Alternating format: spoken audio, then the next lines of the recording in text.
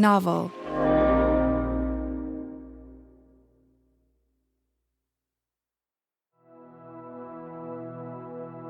There's a particular performance Caty Szeto can't get out of her mind. The location? A festival, Coachella. Caty is a pop star, more specifically, a K-pop star. I'm a solo artist. I am on the main stage. I'm standing backstage. I'm a little bit nervous. I'll always forever be just a little bit nervous every time I go on stage. I step out onto the stage. I hear cheering and I hear conversations, but they're all muffled. I hear the instructions coming through my earpiece. Testing music, testing everything, get into position. The atmosphere is very high. The roaring of the crowd begins to mix with some unmistakable beats. My very first song that went viral. Caty emerges, singing and dancing in front of thousands of her fans. And the next 30 minutes are a flurry. Costume reveals. Quite a few outfit changes on stage. Backup dancers. Groups that are synchronized, but then we're all doing things that complement each other. Soundtrack by Caty's greatest hits. A compilation of the most popular title tracks.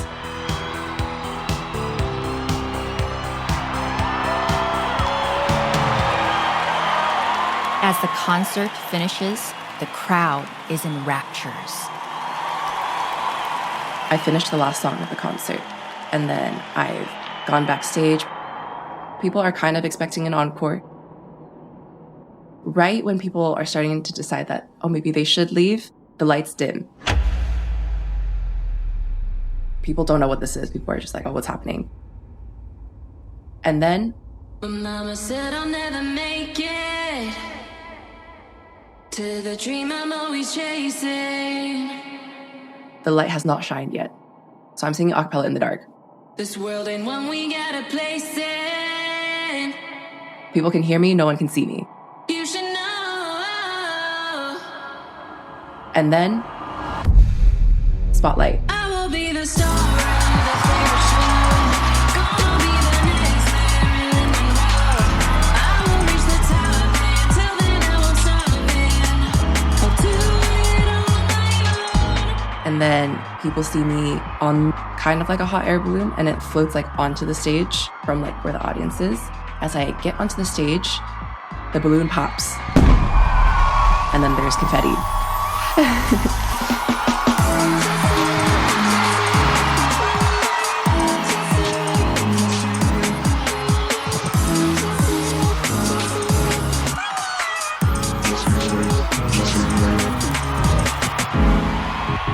Caty basks in the love of her fans, feeds on it all like a plant leaning towards the sunlight. My mama said I'll never make it to the dream I'm always chasing.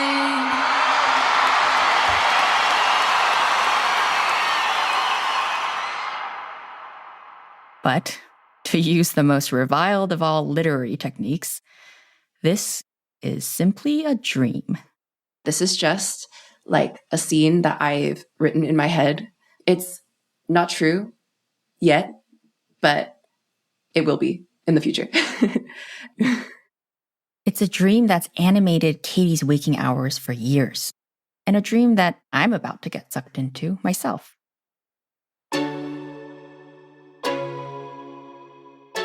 My name is Haeryun Kang. I'm a journalist in Seoul, South Korea. I've been writing stories about K-pop for many years, and I've filed for outlets like NPR, Rolling Stone, and The Washington Post. I don't identify as a fan anymore, but K-pop was the resounding music of my childhood. In the late 90s, girl groups like Pinkle and SES filled the Spice Girls-sized hole in my heart, and I'd rap very badly to G.O.D. lyrics, alone in my bedroom. I was obsessed with a girl group, Pinkle. I had pencil cases and posters with Pinkle members' faces. I wrote letters to friends on Pinkle writing pads. And the internet was just beginning to be a thing, so I'd go on these janky fan websites where SCS and Pinkle fans were fighting against each other. And I'd write, "Why can't we all get along?" And other fans would laugh at me. How could I be such a naive pacifist in the battle for K-pop supremacy? Since then, K-pop has gone on to become a Goliath. It's a multi-billion-dollar industry with ultra-talented, high-gloss stars and legions of fans all over the world. There's 90s boy bands like H.O.T., the first K-pop idol group who traversed hip-hop to bubblegum pop with their iconic K-pop tune, Candy.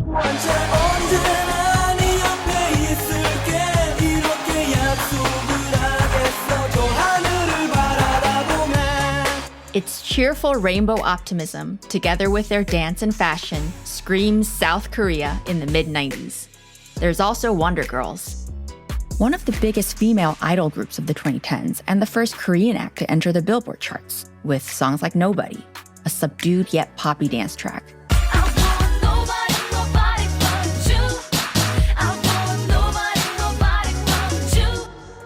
And to global superstars of today, like Blackpink and BTS, whose fierce and motivational song, Run BTS, is influenced heavily by African-American genres like hip-hop.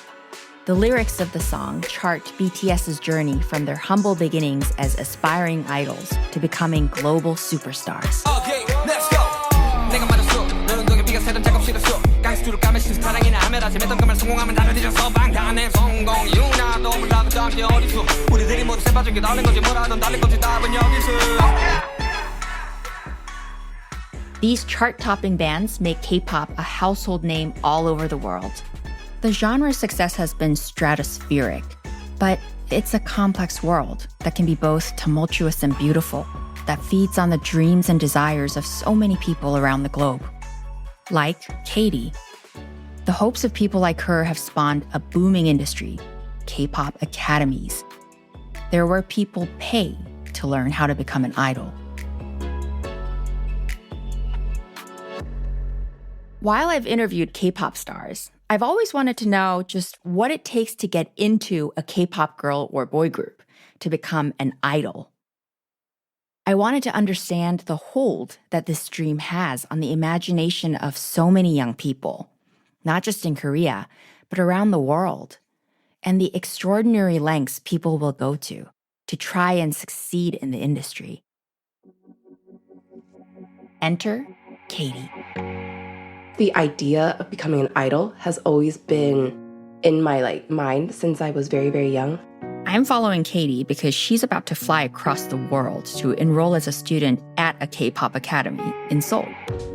Over the next 3 months, she'll receive rigorous training from prestigious singing and dancing instructors. 1, 2, 3, and 4, and 5, 6, 7, 8. Meet K-pop idols, This is Black Swan's main vocal, Envy. Nice to meet you.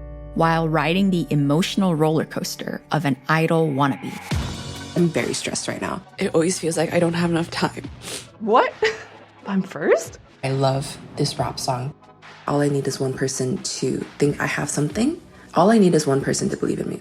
Caty's ultimate goal is to be signed by an entertainment agency. This is so important to me. If I don't put in all that I can, I'll regret it for the rest of my life. And then maybe, just maybe, Caty will find herself center stage, performing to a sea of adoring fans.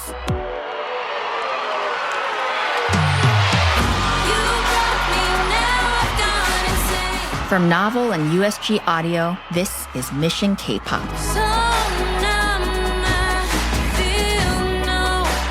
Episode 1, Magical Thinking.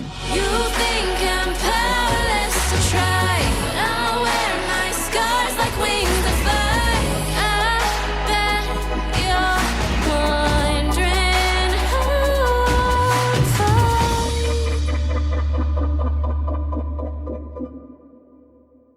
But I'll wear my scars like.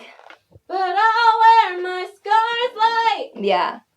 Right now, I'm inside a recording studio at a place called the K-pop Center, or KPC, in Katie's hometown, LA. You can do this. One more time. It's a couple weeks before Katy heads to Seoul to start training at the K-pop Academy. To prepare, she's been coming to KPC to attend dancing and singing classes But I wear my scars. and to make recordings like this one. But I wear my scars. There you go, girl. Pacing back and forth through the room, never sitting down, is Katie's vocal coach, Lydia Peck. Yeah, so can we go from like wings and fly, yeah. Just beyond the glass, I can see Katy in an isolated recording booth, listening intently to Lydia's instructions through headphones. Keep me trapped in your maze, don't open. Keep me trapped in your maze, trap, more down, trap, more close. Lydia is exacting and creative in her direction. I wear my scars like wings and fly. Scars like wings and fly. Don't go like put it out here, put it down here, down. I learn slow down, okay? But Katy is paying careful attention. Yes, exactly. And perhaps that's because she knows getting to record a song with the Lydia Peck is major. Lydia's 33, Korean American, and wears many more hats than vocal teacher. She's a force to be reckoned with in the K-pop industry. She's composed songs for Blackpink, probably the biggest girl group on the planet right now. Like this song, As If It's Your Last. Baby 날 터질 것처럼 만나줘 그만 생각해 뭐가 그리 It has over 1.3 billion views on YouTube and feels like idol music in a nutshell, an explosion of color, both visually and sonically. Bottom line, Lydia is a big deal in K-pop. And it's encouraging to see that Lydia, a K-pop heavyweight, believes in Katy's potential. Okay, let's go. Inside the recording studio, we sit for hours as the engineer records and cuts Katy's voice, sometimes word by word.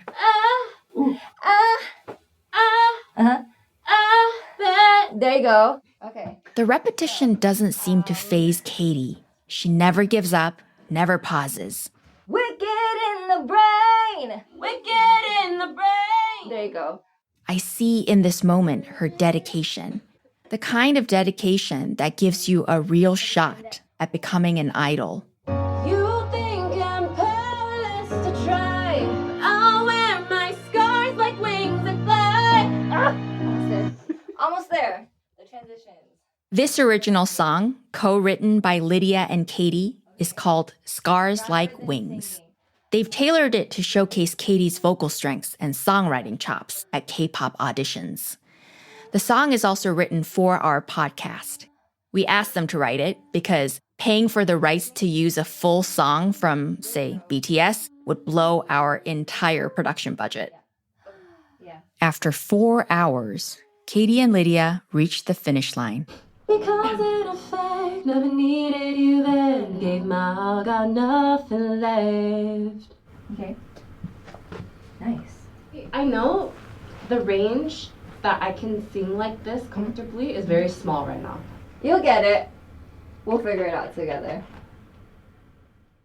I know a lot of my weaknesses when it comes to vocals comes with like mental blocks, because there's this like sense of like insecurity that translates into the singing.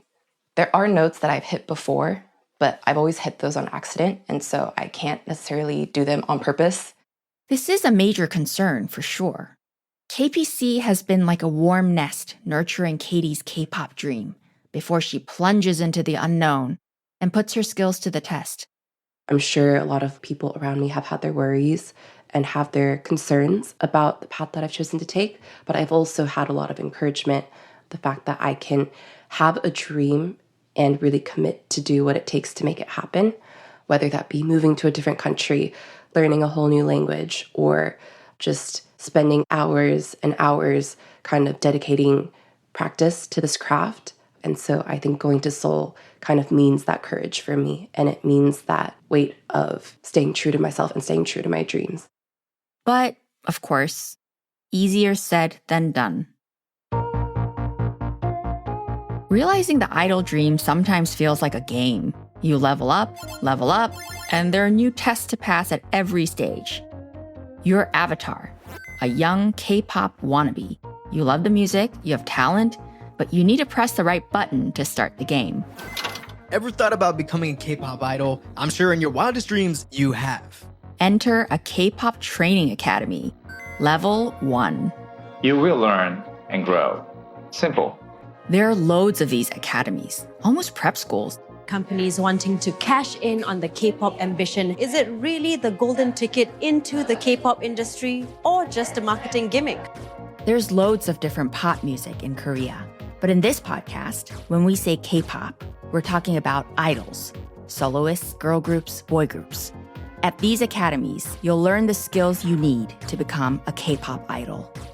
Programs range from weeks to months, and you can even choose to train for longer than a year, as long as you pay. These academies now dot the globe, but the epicenter of the academy industry is South Korea's capital, Seoul. Your curriculum might consist of vocal, dance, and language lessons, as well as makeup, styling, and fitness classes. That's because being the perfect idol is like being a Swiss Army knife of performing abilities. Does this really work? Yes. If you're at the bottom of the supply chain, like Caty, this is how you get your foot in the door. Pay the tuition, enroll in the classes, get good grades. Each week, students from the academies get a shot to audition for the big K-pop entertainment companies, scouting the next hot talent. Agencies like SM Entertainment, YG, or Hybe. That is the chance for a real level up. Each company kind of has their own character that they're looking for. YG has like a hip hop kind of vibe. SM has this more like classy, kind of like feminine vibe. They're looking for a very specific person. The odds seem almost impossible. Sometimes only 1 in 10,000 hopefuls will pass an audition. If you're one of the lucky ones to pass and get accepted into one of these companies, now you've reached level 2, where you get to, wait for it, train more. Congrats, you're a trainee. There's no guarantee of becoming an actual idol, but get ready to hone your singing and dancing abilities even further.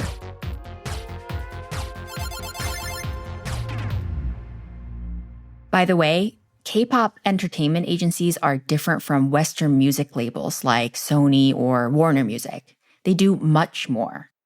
They act like an all-encompassing training ground, a boarding school, even a parental figure for their young trainees.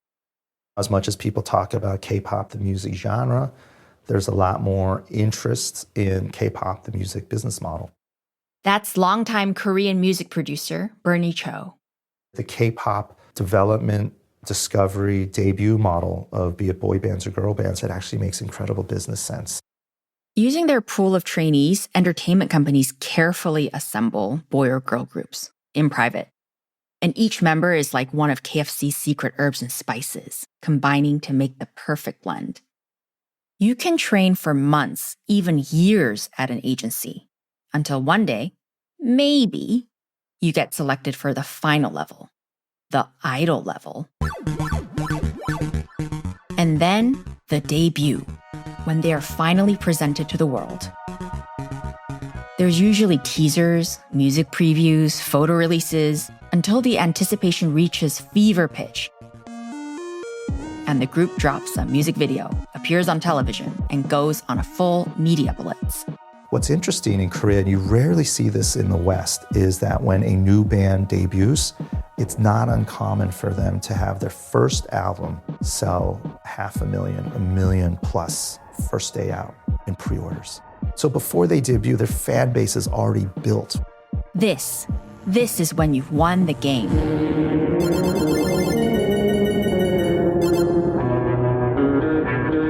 Well, kind of.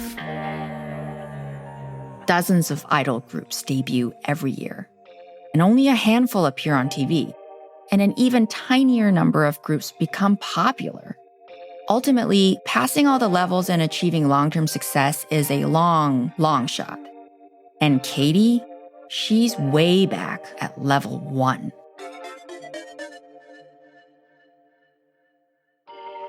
The amount of work required to win the idol game is basically impossible to calculate, not to mention the need for a whole lot of luck and connections. Can Caty make it? Well, that's what I'm trying to find out.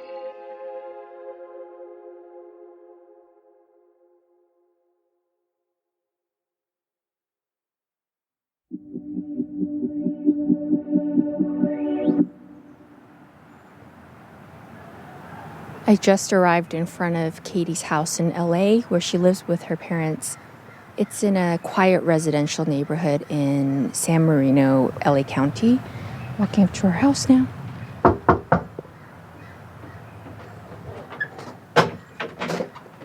Hi, Caty. Good morning. My impression of Caty is that she's polite and conscientious.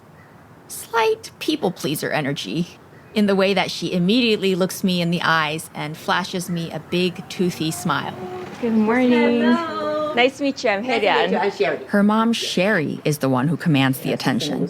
Bursting out of the front door towards me, she's a ball of energy. I hope it's okay. I've already started recording. Oh, you did? If it's something bad, please cut it. Both Sherry and Caty's dad, Gene, emigrated to the United States in the 80s. This is Jing. Gene from mainland China and Sherry from Taiwan. Do you guys mind giving me a tour of the house? If you don't mind, mess. The great thing about podcasting is nobody can see it. Exactly. Let's go. Sherry has a point. Everywhere you look, their house is full of clutter. Photographs, That's me. travel souvenirs, boxes, and trophies. So we have collect a lot of their trophy. They do a lot of activities when they were young. They're all won by Caty, and you can see them lining cabinets and mantels. So I did a lot of activities when I was younger. So everything from like swimming to basketball to taekwondo. I was on debate team. I was on cheer. I did guitar for a while. We finished the house tour in Caty's bedroom. It's spacious, painted purple, with a wall of full-length mirrors for Caty's dance practice. Here, we sit down to talk.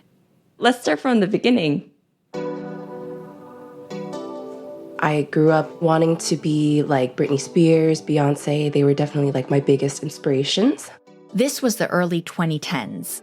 Being a pop star meant dazzling outfits, high-concept music videos, and show-stoppingly intricate dance routines. Caty wanted that career for herself. I used to listen to a lot of like mainstream pop. Lady Gaga, like Nicki Minaj. My dad listens to a lot of like country music. So I would occasionally also just like indirectly listen to that a lot too. And then I watched K-pop music videos and I was just like, oh. One day in the early 2010s, Caty was browsing on YouTube when she came across the music video for Fantastic Baby, the new song at the time from Big Bang. I had never really seen anything like it before.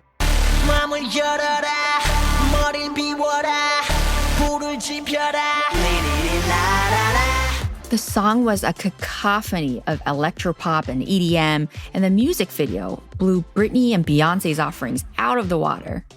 In just 3 minutes and 59 seconds, it managed to include pyrotechnic explosions, a tawny owl in flight, a scene in some kind of sex dungeon, and a full-blown battle between masked fighters, performed to the singing of the 5 insanely beautiful Korean boy band members, one of whom is wearing a floor-length orange wig.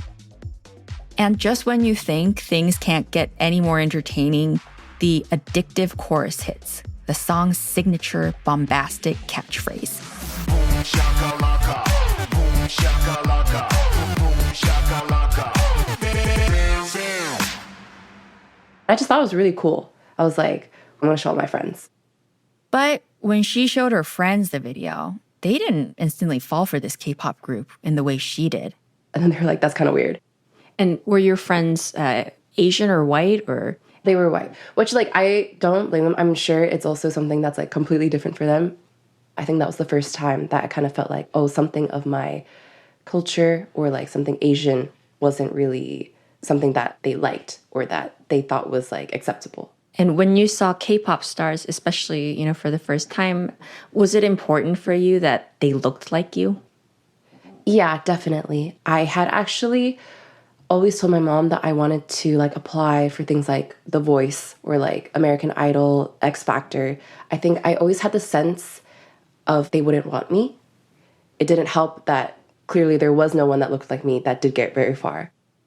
It felt like Asians didn't belong in entertainment. Of course, there's also like the stereotypes of like Asian people are good at studying, like we don't know how to sing or like we don't know how to dance. And so K-pop kind of proved all of that wrong to me. In K-pop, her East Asian heritage was an advantage. All of a sudden, Caty felt like she had a path into being a performer. So, Caty doubled down, bookending her days at school with refining her dancing skills, learning Korean, and plunging into the musical delights of K-pop. Her mom, Sherry, watched on. She put her focus on and she put her attention on, then she never quit. That's what I like the most. Becoming a K-pop idol and going to Seoul has always meant being able to stay true to like what I've always wanted in my life. The only thing that I'm worried is that sometimes she worked too hard for herself. Just breathe, right? Just a breath, then you're fine. But sometimes she worked too hard. I hear Sherry's concerns. Yes, hard work is often sold as the key to K-pop success. Idols are lauded for their dedication. But in the industry's rearview mirror are countless hopefuls, disillusioned and burned out. So the question is, can Caty work hard enough to become an idol, or will she work too hard on an almost impossible dream?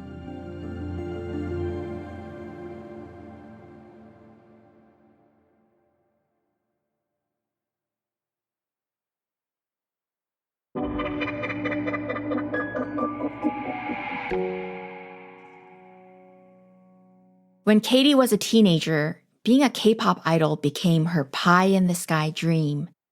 But actually, that pie wasn't in the sky. It was in Korea, 6,000 miles from her home in LA. Then, in 2016, 16-year-old Caty had the opportunity to visit the home of K-pop, Seoul. I had seen on like the internet that SM Entertainment had this studio that was meant for aspiring idols to do this program experience package. This wasn't actual training at a K-pop academy. It was different.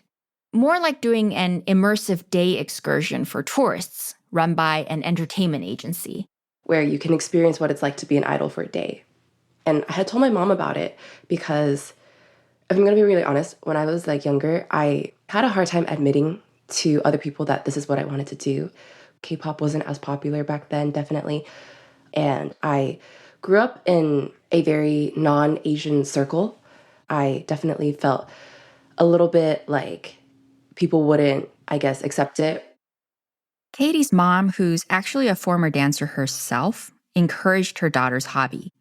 And she ended up paying $10,000 for Caty to go to Seoul and take part in this experience package. That was basically kind of like my first real touch with K-pop.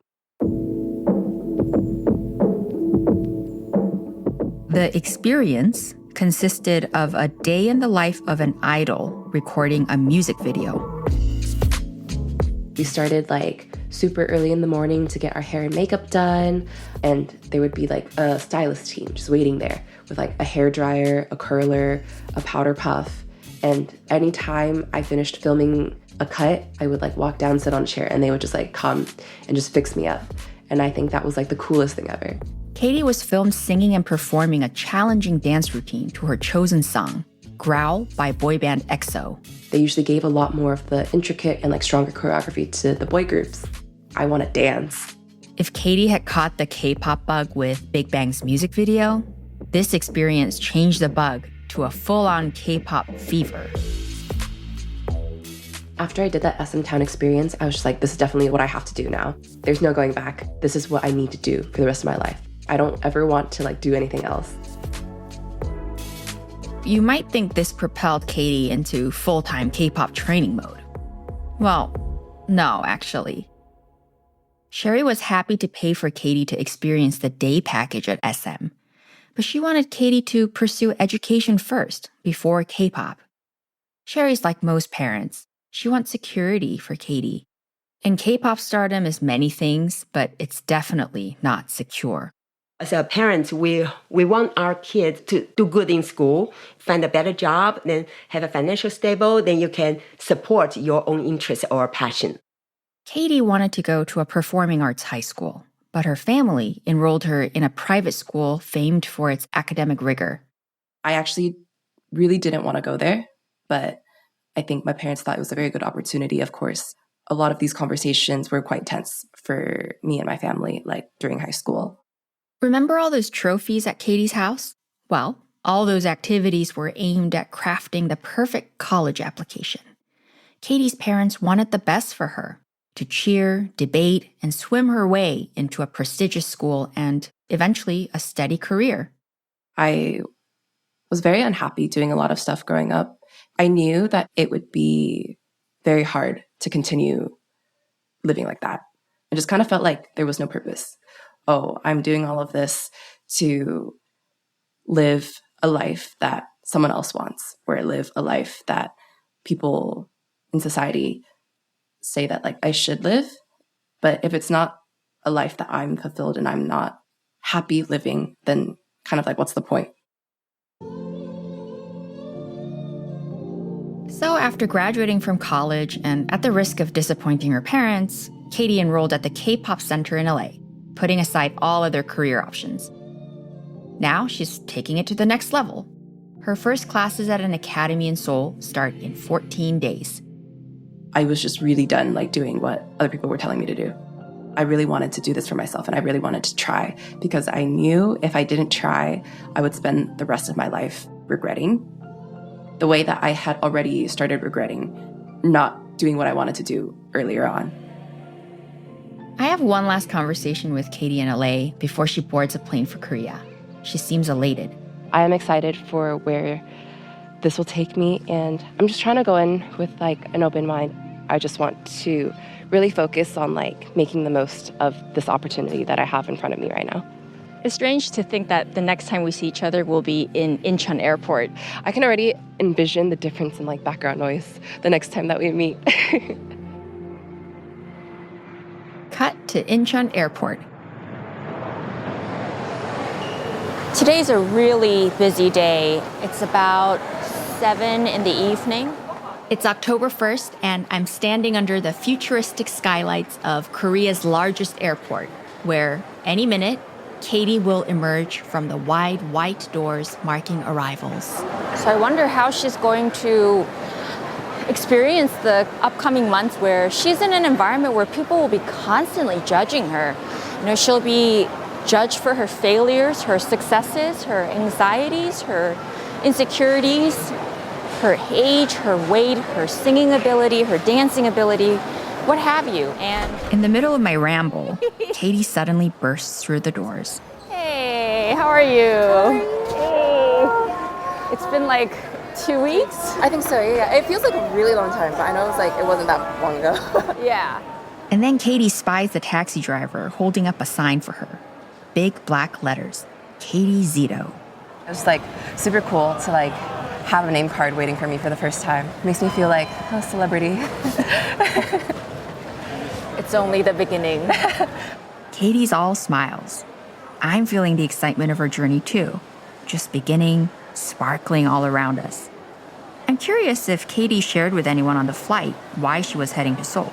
It was like a full flight, and I was talking to this lady while I was in line, and she's also a reporter.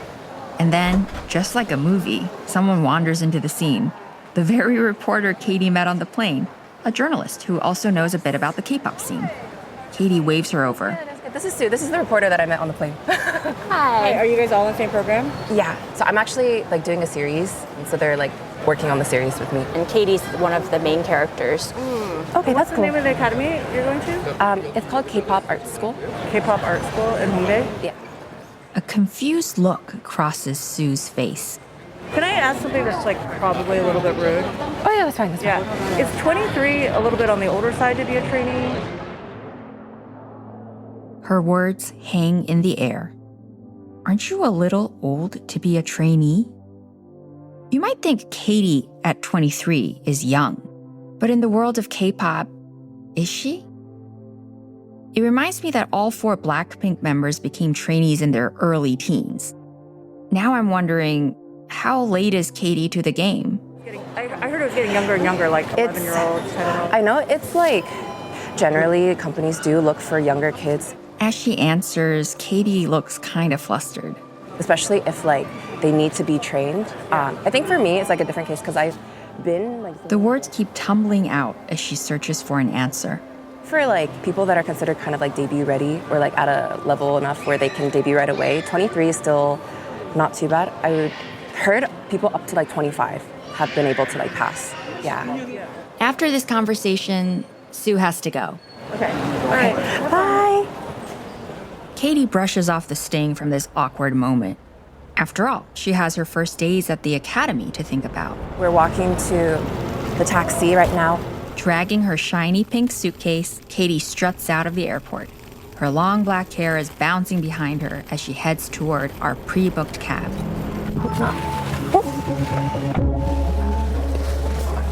We make our way into the jagged gray cityscape of Seoul. And I'm thinking, can she make it in just 3 months?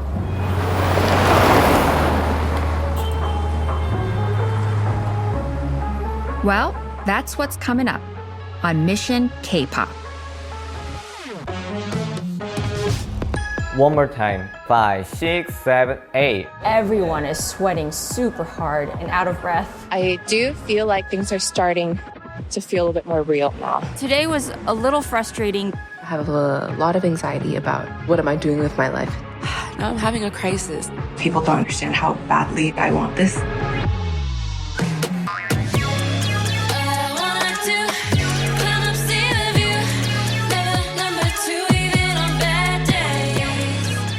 Mission K-pop is produced by Novel for USG Audio. It's hosted, reported, and written by me, Haeryun Kang. Reporting and fact-checking by Keith Kunyong Pak. The producers and writers are Elena Biggs and Saskia Collette.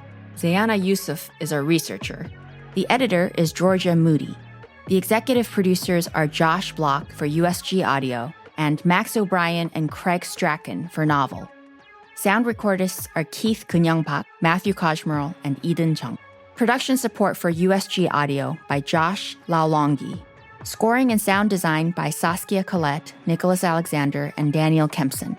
And mixing by Nicholas Alexander and Daniel Kempson. Scars Like Wings and Just You Wait were written by Caty Szeto and Lydia Peck and produced and mixed by Nicholas Alexander. All I Want to Do was written by Caty Szeto, Lydia Peck, and Kilograms, and produced and mixed by Nicholas Alexander. Music supervision by Saskia Collette and Nicholas Alexander. Production management from Cherie Houston, Sarah Tobin, and Charlotte Wolfe. Story development from Elena Biggs. The series artwork was designed by Aditi Kapoor. Willard Foxton is Novel's creative director of development. In this episode, you heard Candy by H.O.T. from SM Entertainment, Nobody by Wonder Girls from Republic Records and JYP Entertainment, Run BTS by BTS from Big Hit Music and Hybe, As If It's Your Last by Blackpink, and Fantastic Baby by Big Bang from YG Entertainment. Audio from Ever Thought About Becoming a K-pop Idol by Internet's Nathan. Audio from I Want to Be a K-pop Idol by CNA Insider. Audio of the video Do You Dream of Being a K-pop Idol? From Keens by Ed. This is a USG Audio podcast. For more information or to check out our other podcasts, go to usgaudio.com. For more from Novel, visit novel.audio. Special thanks to K-pop Art School.